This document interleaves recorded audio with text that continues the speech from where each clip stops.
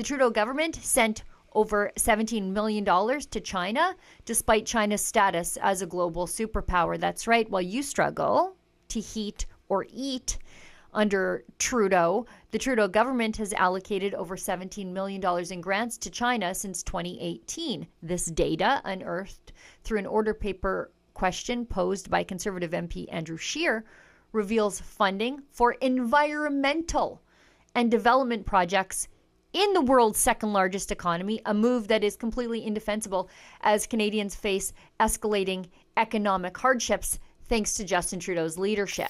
The data reveals that Environment and Climate Change Canada funneled more than $10 million into environmental projects in China, a country currently constructing coal-fired power plants at a breakneck pace. The funding comes despite Beijing's status as a global emissions leader, if you care about those sorts of things, and I'm told by the Liberals that they do.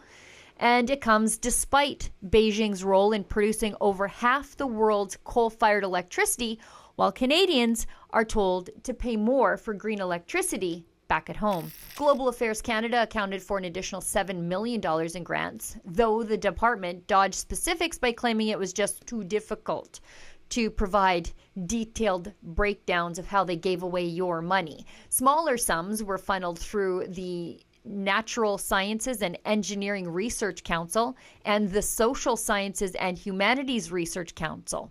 Importantly, the disclosed grants in all of this exclude foreign aid, meaning Canada's financial engagement with China is much, much higher.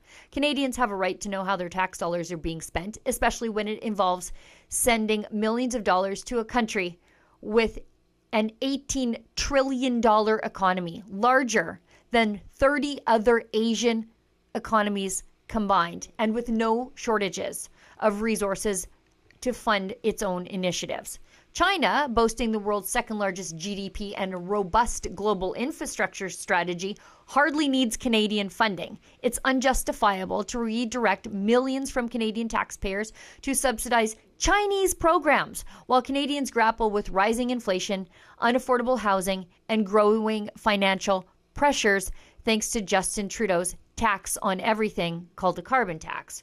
Beijing's vast financial resources, paired with its aggressive geopolitical ambitions, like the Belt and Road Initiative, underscore the absolute insanity, the absurdity of treating Beijing like it should be a recipient in need of international aid.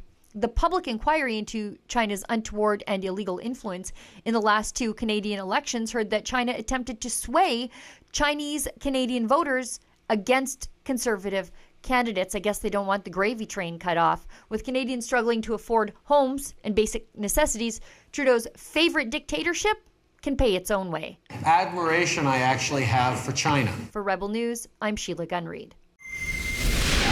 This story was made possible thanks to your generous donations to a special research and access filing fund at rebelinvestigates.com. Thank you in advance to everybody who makes this important work possible.